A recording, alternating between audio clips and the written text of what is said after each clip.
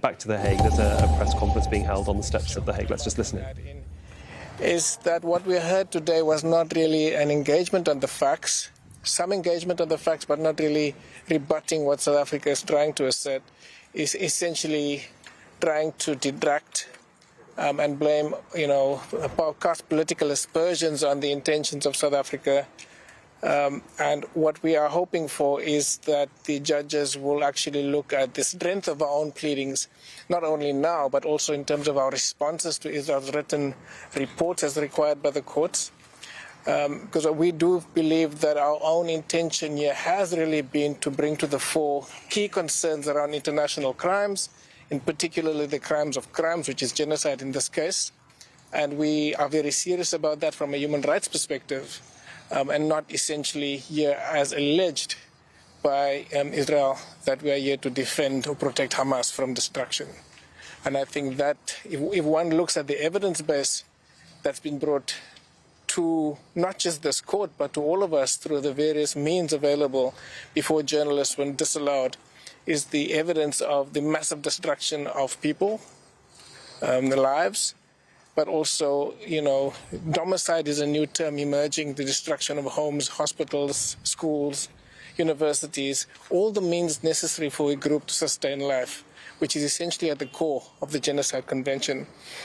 Some of the specificities, when we made our first application in December, and we followed that up with our oral pleadings, we were very clear in how we looked at October 7th. We were very clear in our application that while we recognize under the Geneva Conventions, especially Protocol 1 of the 1977 Geneva Convention, that oppressed people have the right to use force. They cannot target civilians. Targeting of civilians is a war crime.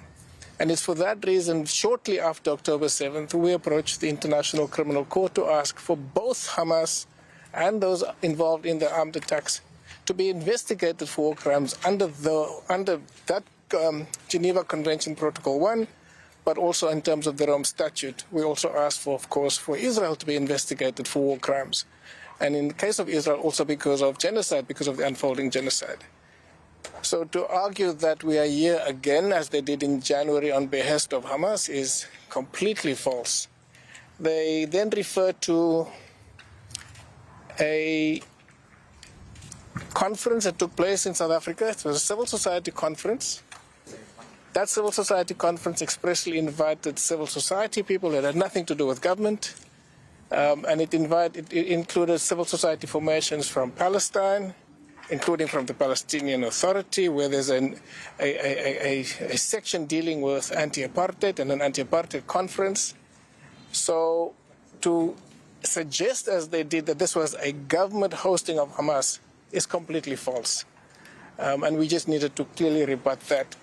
I want to go back to the Geneva Protocols and just to put the context for how South Africa approaches this. South Africa has got a liberation movement, not government, that signed the Geneva Protocol of 1977. In 1948, that liberation movement is subsequently become the majority governing party. And in 1948, they voluntarily signed to adhere to all the prescripts of that Geneva Convention that they will not target civilians. That is something that has crept into how government approaches these things. So we are signatories to the Geneva Conventions. I must point out that Israel is not a signatory to that very same Geneva Convention. They've recognized that they may have some obligations under international customary law, but essentially they are not adherents to the Geneva Conventions that we hope that now that they are mentioning it will find themselves bound to it, given that international customary law is binding too. And important, Article 75 of that convention prohibits expressly as a war crime collective punishment. It prohibits expressly as a war crime torture. And we've seen that happening in the current context. So if they want to point out to the war crimes perpetrated by Hamas, then clearly they must see that what they're doing is a war crime. And it's more serious in their case because they are state and bound by various obligations as a state, even if they are not a party to the Geneva Conventions, particularly Protocol 1 and Protocol 2 of 77. So I wanted to clarify that, and hopefully the other issue that I think we need to touch on is the unconditional release of hostages. On the steps here, our Minister of Foreign Affairs, when the court made the judgment in January, expressly agreed and stated that the hostages must be released unconditionally. We have made that expressly clear in various statements as well, because we recognize, in terms of that very same Geneva Convention 75 that we hold dearly, that hostage-taking breaches the Geneva Convention. But that also then includes the unlawful detention of Palestinians without trial, thousands of them, which is tantamount to hostage-taking. So we call for that for Palestinians who are arrested without, it's essentially what we call detention without trial, that it's essentially tantamount to hostage-taking in the current context. So we hope that this will be something that will be factored in as well.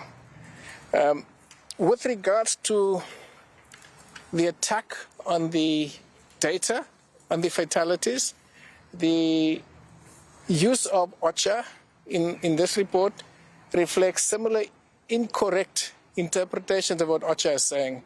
OCHA has released a statement that it says that it's not reducing its numbers. It's essentially just trying to verify in a close as possible a way. Mr. Zain Danga, Director General of the Department of International Relations and Cooperation for the South African Government, speaking there to the assembled press corps outside of the International International Court of Justice there in The Hague. We have been following Israel's presentation to the ICJ and its rebuttal of South Africa's argument and appeal for special measures for Rafah and for Gaza as the ongoing Israel war on Gaza continues.